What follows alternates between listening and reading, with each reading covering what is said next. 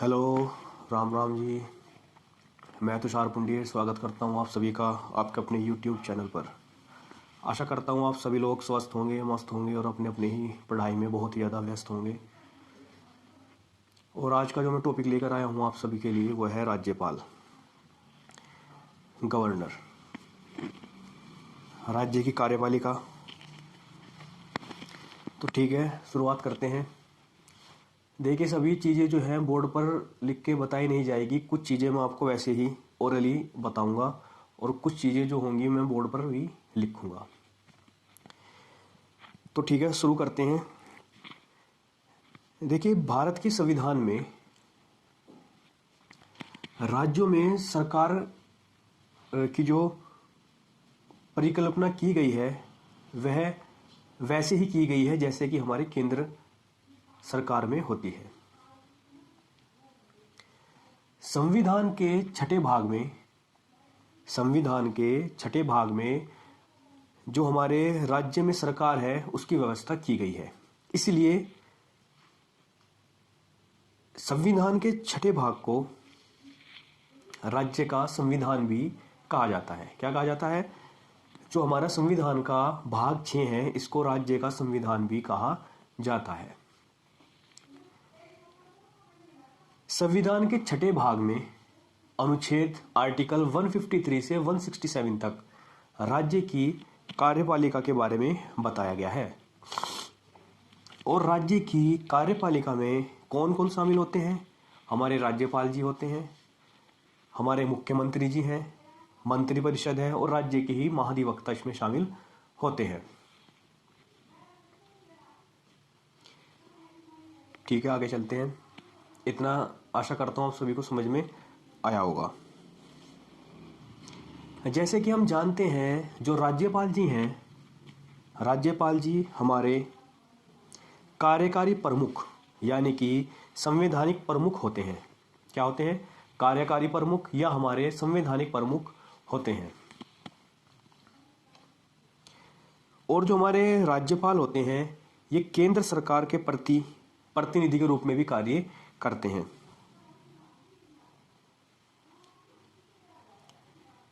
सामान्यतः पहले क्या होता था, एक ही व्यक्ति एक ही राज्य के लिए राज्यपाल चुने जाते थे।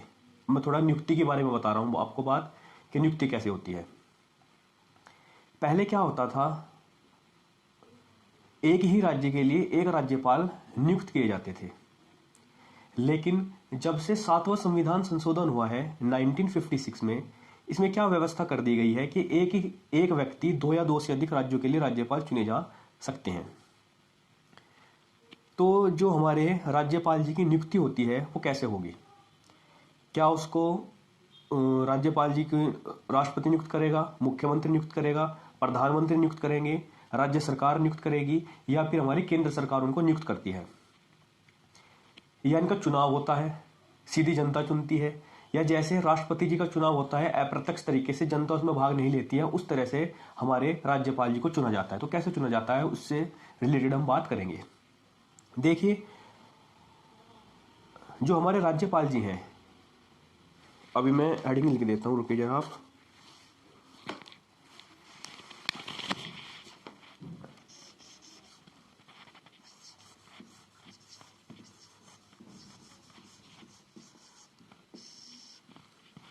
तो देखते हैं राज्यपाल जी की नियुक्ति कैसे की जाती है। देखिए, राज्यपाल की नियुक्ति जो है ना तो जनता द्वारा सीधा की जाती है कि जनता वोट करेगी और हमारे राज्यपाल चुने जाएंगे, नहीं, और ना ही अप्रत्यक्ष रूप से जैसे राष्ट्रपति जी के लिए चुनाव होते हैं उस विधि से द्वारा भी नहीं की जाती है। तो कैसे की जाती है? जो हमारी केंद्र सरकार है वह एक नाम हमारे राष्ट्रपति जी को देती है, एक नाम हमारे राष्ट्रपति जी को देते हैं और राष्ट्रपति जी से क्या कर देते हैं? नियुक्त कर देते हैं। अब बात आती है कि जब केंद्र सरकार ने इनका नाम दिया है, केंद्र सरकार ने तो नाम दिया है इनका, तो क्या ये केंद्र सरकार की हर बात मानेंगे? तो ऐसा नहीं है, क्योंकि जो हमारे राज्यपाल जी का पद है वह है स्वतंत्र संवैधानिक है। क्या है? स्वतंत्र संवैधानिक है।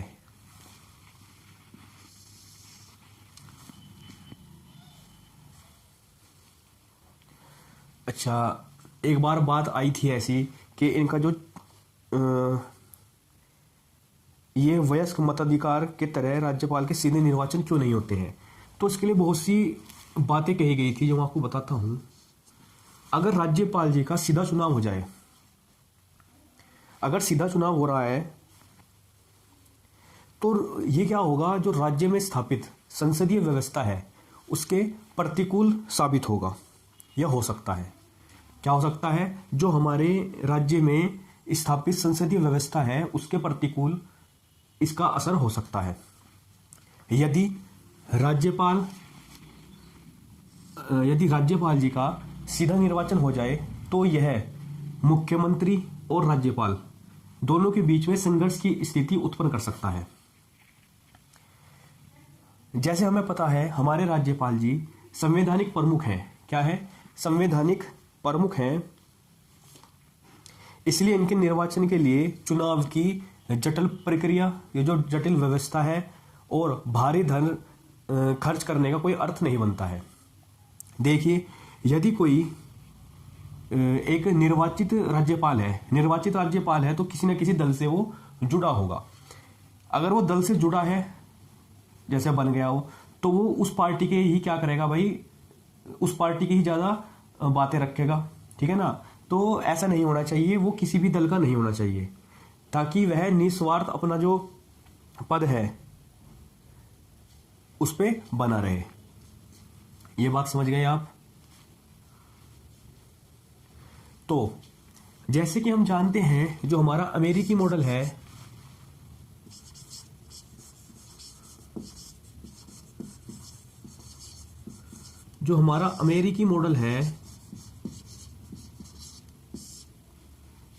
इसमें क्या हुआ है, अमेरिकी मॉडल में बताया गया है कि अमेरिकी मॉडल में यह है कि जो राज्यपाल चुने जाते हैं वो सीधे चुने जाते हैं, अर्थात उनका निर्वाचन होता है। इसलिए हमने इस बात को नहीं माना इनकी अमेरिकी मॉडल की। हमने क्या किया है, ठीक है, हमने अमेरिकी मॉडल को नहीं माना। फिर हमने क्या माना है, हमने माना है कनाडा के मॉडल को।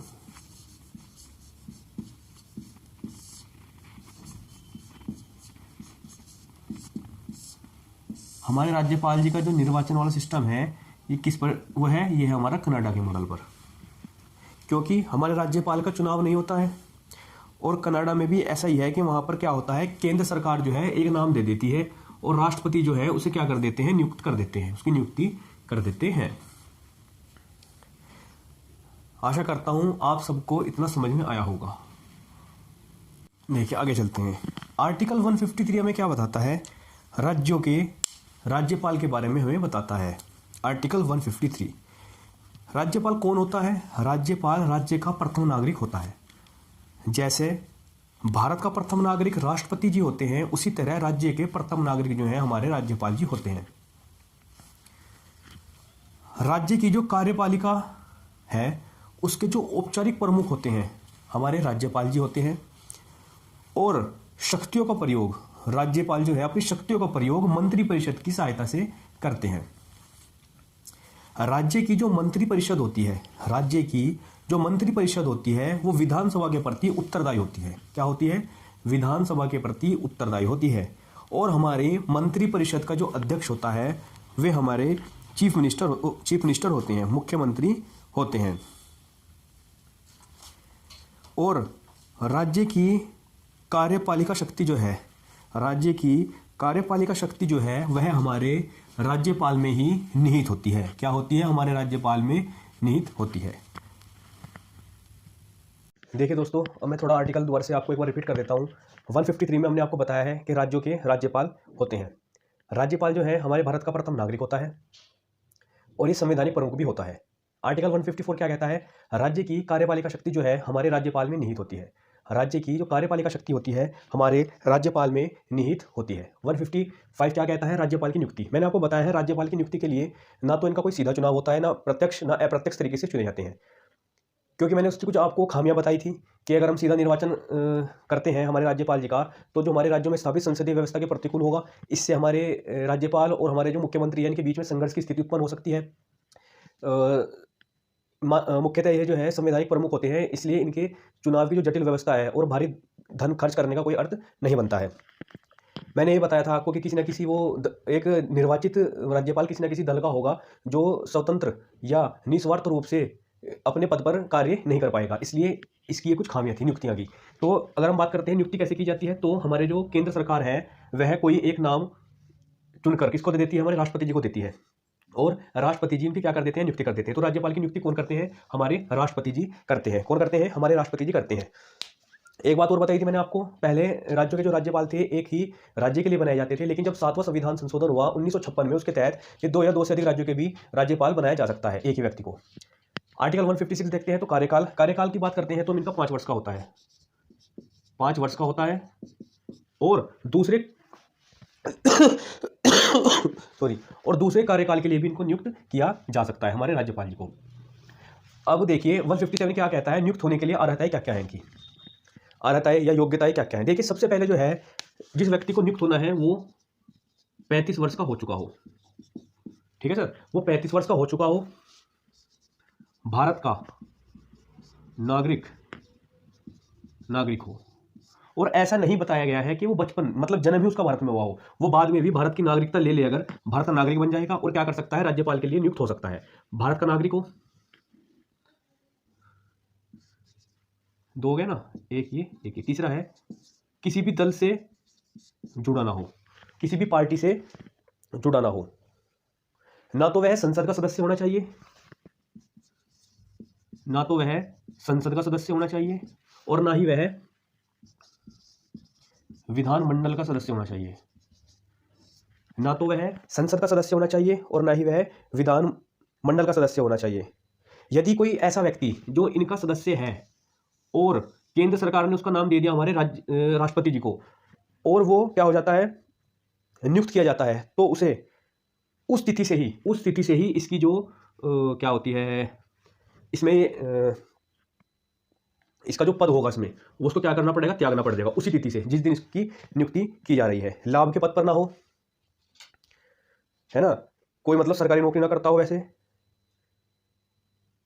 और संसद द्वारा निर्धारित सभी प्रकार की उपलब्धियां जो है हमारे राज्यपाल को दी जाएंगी, हमारे जो राज्य के राज्यपाल हैं उनको दी जाएगी, और कार्यकाल के दौरान उनकी जो आर्थिक उपलब्धियां व भत्ते हैं वे कम नहीं किए जाएंगे। ठीक है जी, वह कम नहीं किए जाएंगे। ये होगी चीज़। और एक आखिरी चीज़ बताता हूँ, 2018 में जो हमारे राज्य के राज्यपाल थे, इनका वेतन कितना था? 1.10 लाख। लेकिन 2008 के बाद से इनका वेतन बढ़ा दिया गया है। 2008 के बाद से इनका वेतन बढ़ाकर कितना कर दिया गया है? 3.50 लाख। इनका वेतन जो है किसके द्वारा दिया जाता है? संसद के द्वारा दिया जाता है। लेकिन किसके द्वारा दिया जाता है? इसका वेतन जो है चेंज कौन करता है? हमारी संसद करती है, घटाती है, बढ़ाती है। और जो वेतन दिया जाता है वो किसके द्वारा दिया जाता है? राज्य की जो हमारी संचित निधि होती है, राज्य की जो संचित निधि होती है उसके द्वारा इनका वेतन दिया जाता है। अब आर्टिकल पढ़ता हूँ 159 में आता है शपथ ग्रहण। अब हमें पता है भाई जो भी व्यक्ति किसी न किसी पद पर बैठ रहा है, राष्ट्रपति है, प्रधानमंत्री है, मुख्यमंत्री कोई भी है, वो शपथ जरूर लेते हैं। तो हमारे राज्यपाल भी शपथ लेते हैं। तो राज्यपाल जी को शपथ कौन दिलाता है? जो हमारे आर्टिकल 159 शपथ ग्रहण, शपथ कौन दिलाएगा? हमारे राज्य के राज्यपाल जी को जो शपथ दिलाते हैं वो हाई कोर्ट के चीफ जस्टिस दिलाते हैं। कौन दिलाते हैं? हाई कोर्ट के चीफ जस्टिस दिलाते हैं। यदि मान लीजिए चीफ जस्टिस उस टाइम नहीं थे तो शपथ कौन दिलाएगा? तो हाई कोर्ट के ही जो वरिष्ठतम न्यायाधीश हैं वही हमें इनको राज्यपाल जी को शपथ दिला देंगे। आशा करता हूँ आप सभी लोगों को इतना समझ में आया होगा, और आज इस टॉपिक को यहीं तक रखते हैं। आप सभी का बहुत बहुत धन्यवाद।